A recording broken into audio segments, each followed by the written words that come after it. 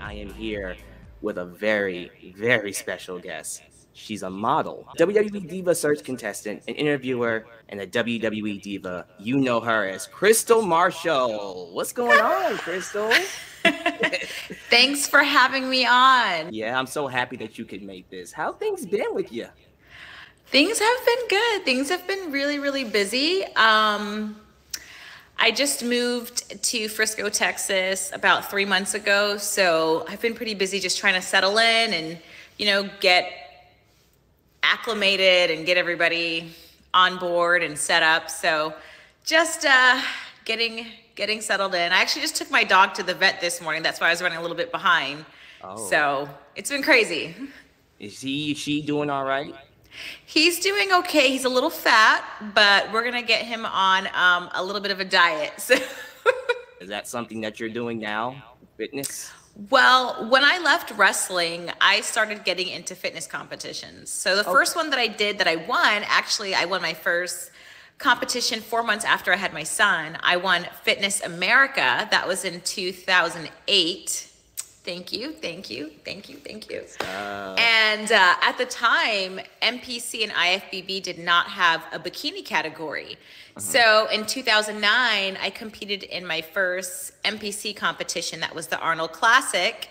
I took second place. It was a little bit of a controversial position at the time because the bikini category was brand new and the qualifications and, what they were looking for from us as competitors was very kind of loose. They didn't know what direction they wanted to go in. So I actually took second place to a wonderful girl named Alyx. And after that competition, I went ahead and went for my pro card and I turned pro in 2009 that summer. And I am one of the original bikini IFBB pros. So since wrestling, I really fell in love with fitness and kind of just dove headfirst. So I'm not competing anymore, but I am still staying healthy. And obviously fitness is a big part of my life and my family's life. So I try to stay healthy and active. Getting back into wrestling, I think it's important to highlight your significance to WWE. You are one of a very small group of Black female wrestlers. And I'm talking names like Jacqueline, Jazz, Queen Charmel, Alicia Fox, Sasha Banks, Naomi. Of course, the most notorious one so far is Bianca Belair. Yes. When I named you those names, how does that make you feel to be associated? I've had so many people lately DM me and say, you're an icon. I hope that they include you in the Hall of Fame. I want them to invite you back to the Royal Rumble and all of these things. And to be honest with you, it's so hard to process my significance within myself because I remember just being this scared young 20-year-old, going into this big world of wrestling where I was very insignificant. It's a testament to the fact that you have to always apply yourself and show up at your best because you have no idea who's watching. You have no idea where God is going to place you. You have no idea, what footprint that you're going to leave. It's crazy. I understand the significance now. Through the years, I have been in communication with Sasha, and just like little touch and go conversations, but like, it's crazy to see how far Black women in the business have come, and it makes me happy. And I'm so proud to be a part of that group. But what's crazy is I think about Jazz and I think about Jacqueline. I think about these fantastic Black female athletes that, didn't get the praise and the flowers they deserved at the time. And I like to think of myself as the bridge.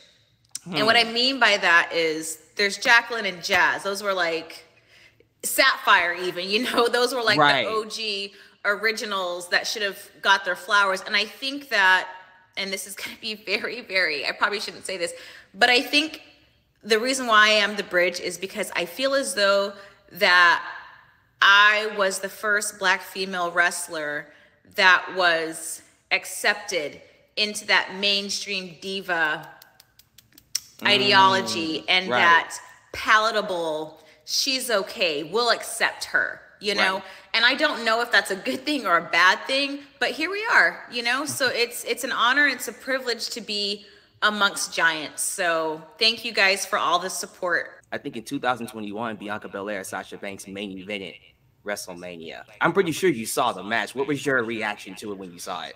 It was emotional. I mean, Yeah. anytime I see those girls do anything, I get goosebumps. I tear up, you know? I hate to put the race card out there because there's no excuses now. You know, like the door's been busted wide open. You can go get it. You can go be whatever you want, girls. You can, you know, those girls really just shatter that ceiling for all of us women. So, like, I hate to bring it back to me, but when people include me in that conversation, I'm like, damn, I didn't even think I should be in the room, you know? But that's just the conversations that we have within ourselves, you know? So I'm happy to be included. You were a part of Diva Search 2005. Take us back to that. What was that like? How did you get into it? What was the experience like being a part of that show? I was modeling on The Price is Right. I was one of the original briefcase models. And so we shot the pilot within the first month. And my manager at the time was like, you know, there's nothing else coming down the pipeline. So, you know, maybe if you just want to like take some time off and just kind of relax.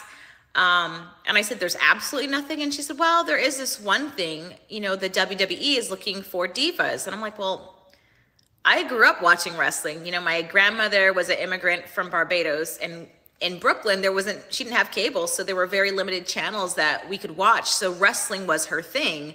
And I remember coming up and watching it with her. And that was kind of the thing that we shared together. So for me, it was a no-brainer. I said, absolutely, I want to do this.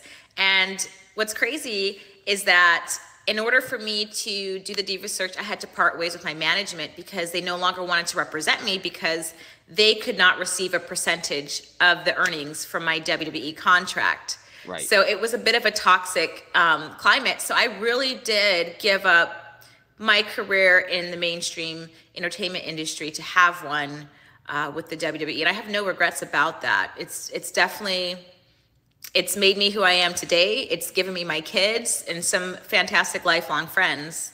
So I think I made the right choice. You are alongside names like Ashley Mazzaro, Yeah. who tragically passed away. What was your reaction when you heard that news? So Ashley had passed away, I want to say it was 2019. Yep, It was in 2019. Yeah. And she passed away in May or late April. And her passing really hit me hard because I saw her in January at a signing in Las Vegas. And in fact, we shared a room together.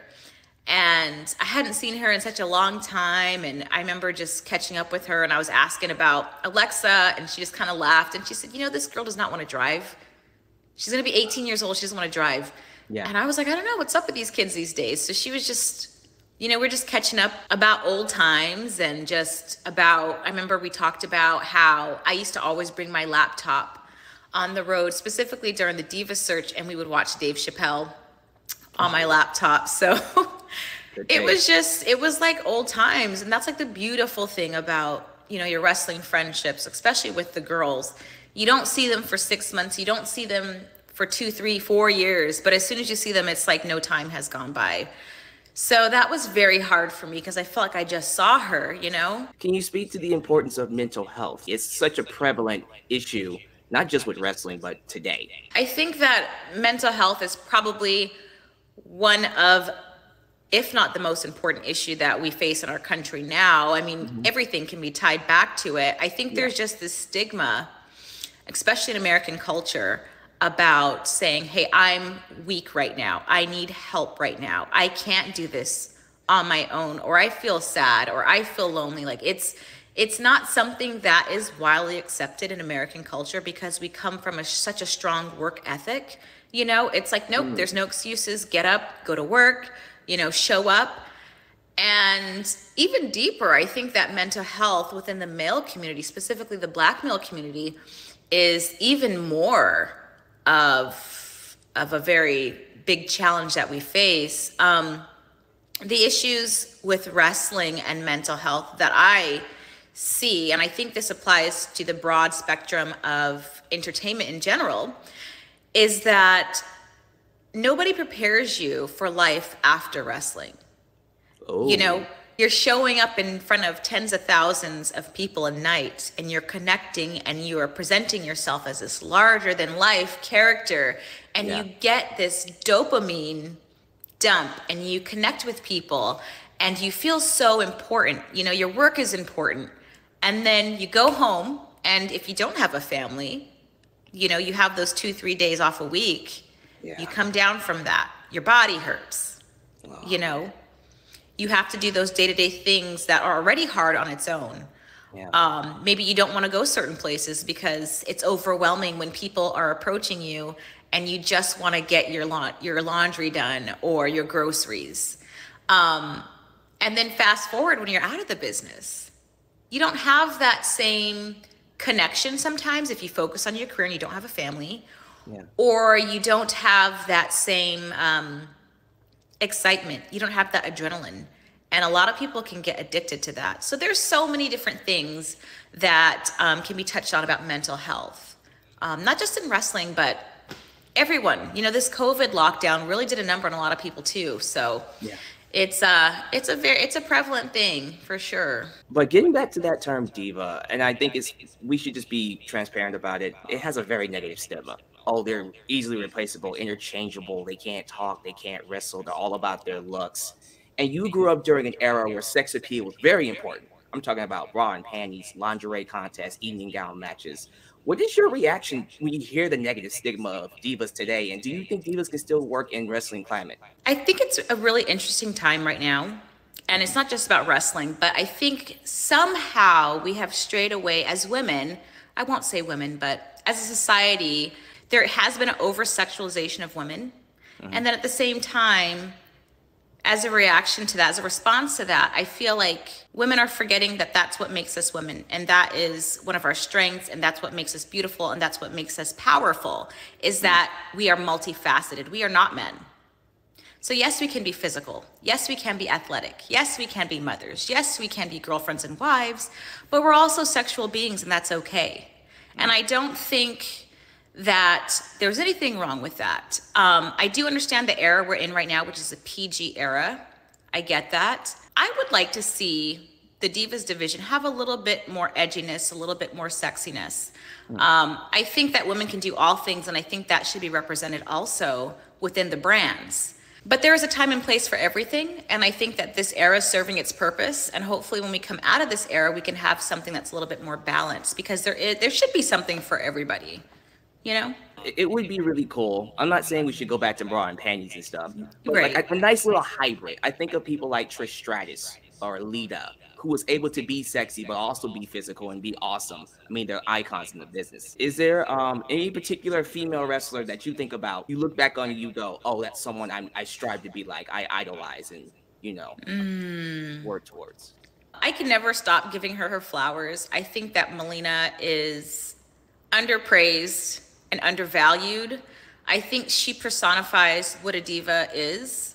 Mm-hmm. She's controversial, she's sexy, she's athletic as hell, she's a great showwoman, she's all of those things. And somebody that can evoke such emotion, sometimes a visceral reaction from fans, is really endearing. And that's what wrestling's all about. It's about how much emotion can you draw from your fans. Right. And I think she's one of the best. And I hope one day we get to see her in the Hall of Fame. So following Diva Search, we see you on SmackDown as an interviewer backstage. So who approached you about that position? And do you have any particular interviews that stand out as your favorite? I always loved working with Finley. That was one of my favorite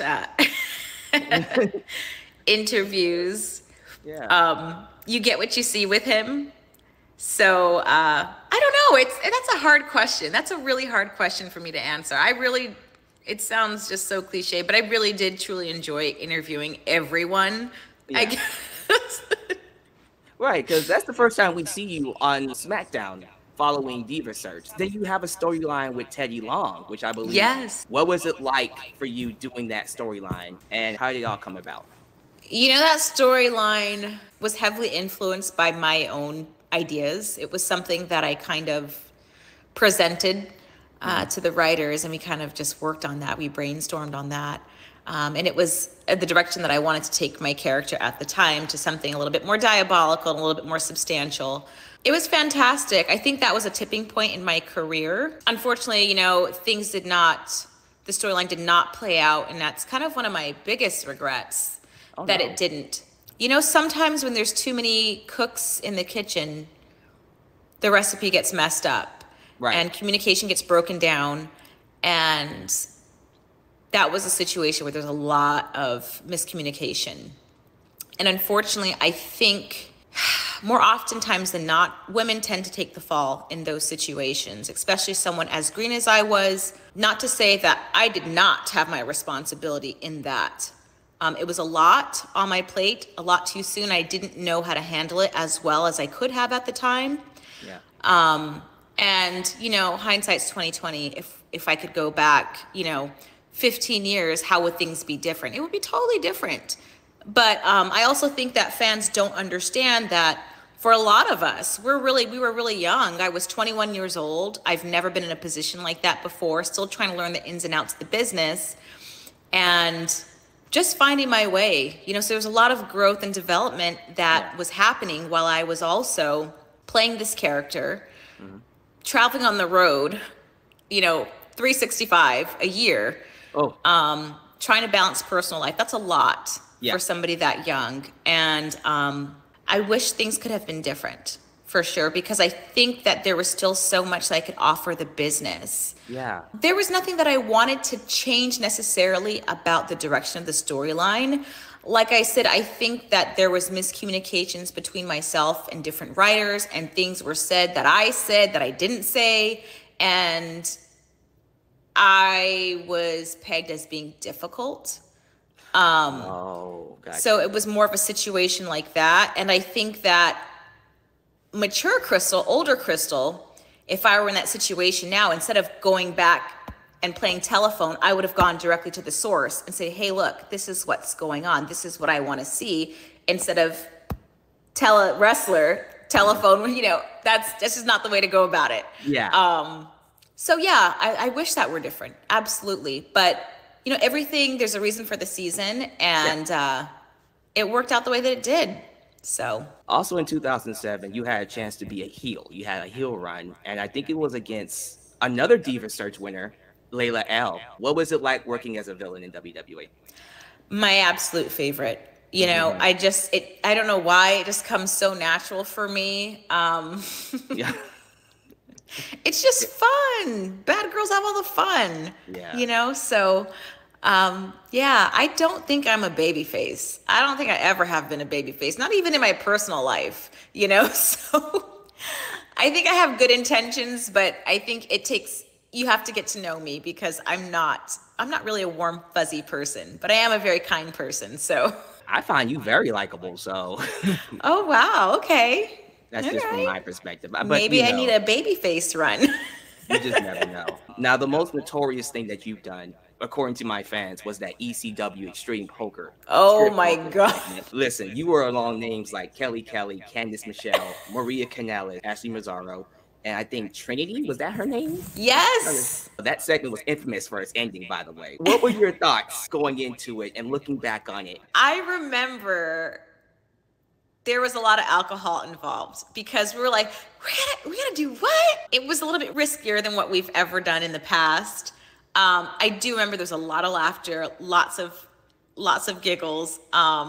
It was fun. But I'm gonna be honest with you, that's like one of the things that I look back at and I kind of cringe. It's like a cringe moment for me. I'm like, oh. Of course, it would have gotten backlash with the way social media is, but I still think that segment still holds up.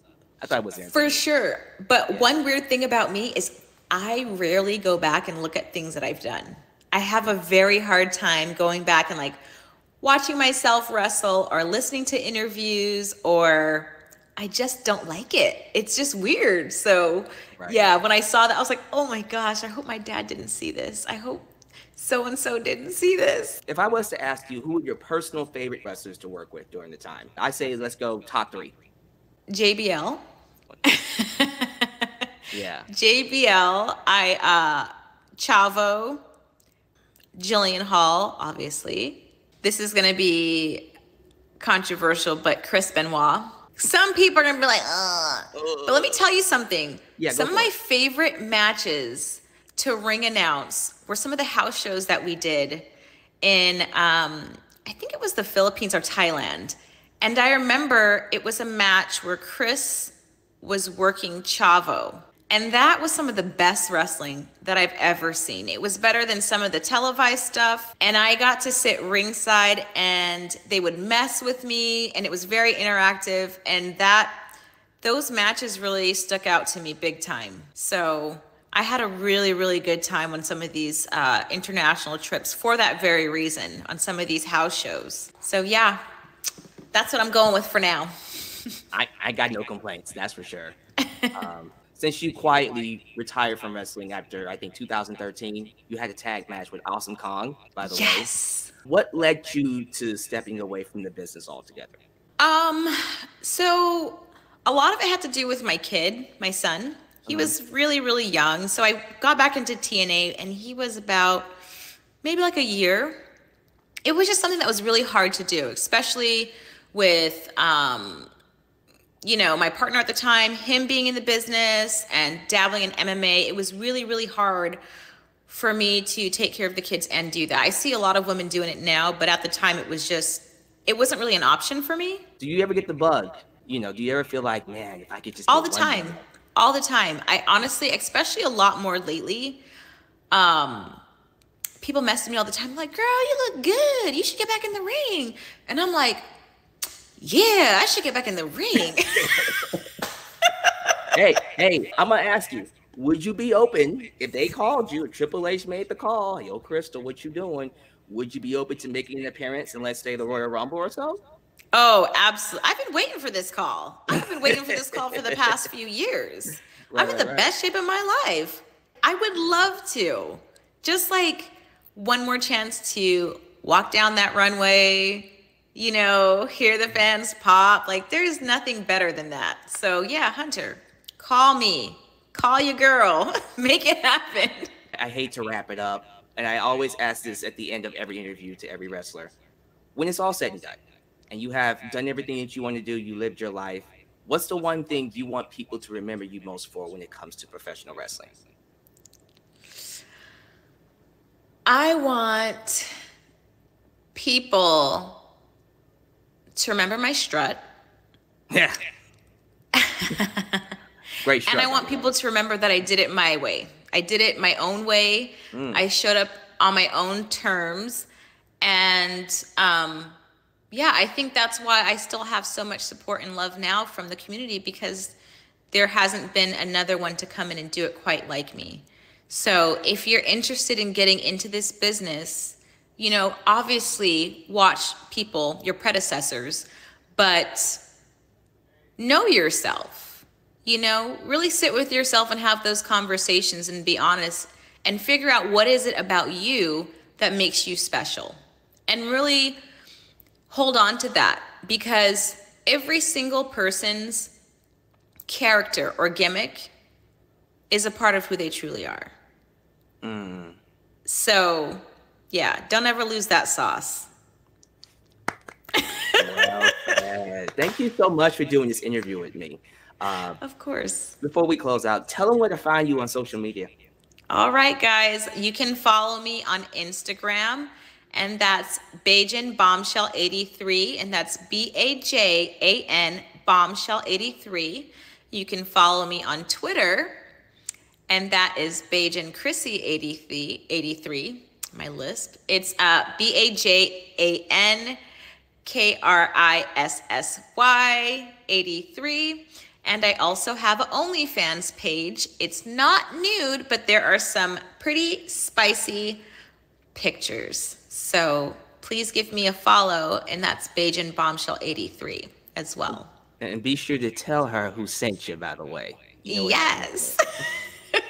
All of the links to her social medias are down below in the description box, guys. Please check her out. And of course, be sure you stay tuned right here in Alyx's World for more interviews. And be sure you leave a comment, because she might be watching. She might. Yes. Thank you so much for having me. And there you go. That was my interview with Kristal. Amazing, beautiful, stunning. Leave me your thoughts about the interview down below in the comments. How do you feel about it? And just so you know, she's always watching, so if you leave a comment, she might respond. So make sure you behave yourself. Do all the YouTube things, like the video, subscribe, click that bell, catch all my content when it comes out Follow me on social media. Follow Kristal on social media. We have a lot more interviews coming right here on Just Alyx, so be sure you get that YouTube membership to get early access. You just never know who will show up. Thank you guys for watching. Be blessed. And I'll catch you guys next time right here in Alyx's World. A place that is, was, and forever will be a safe space for wrestling fans like you. Peace.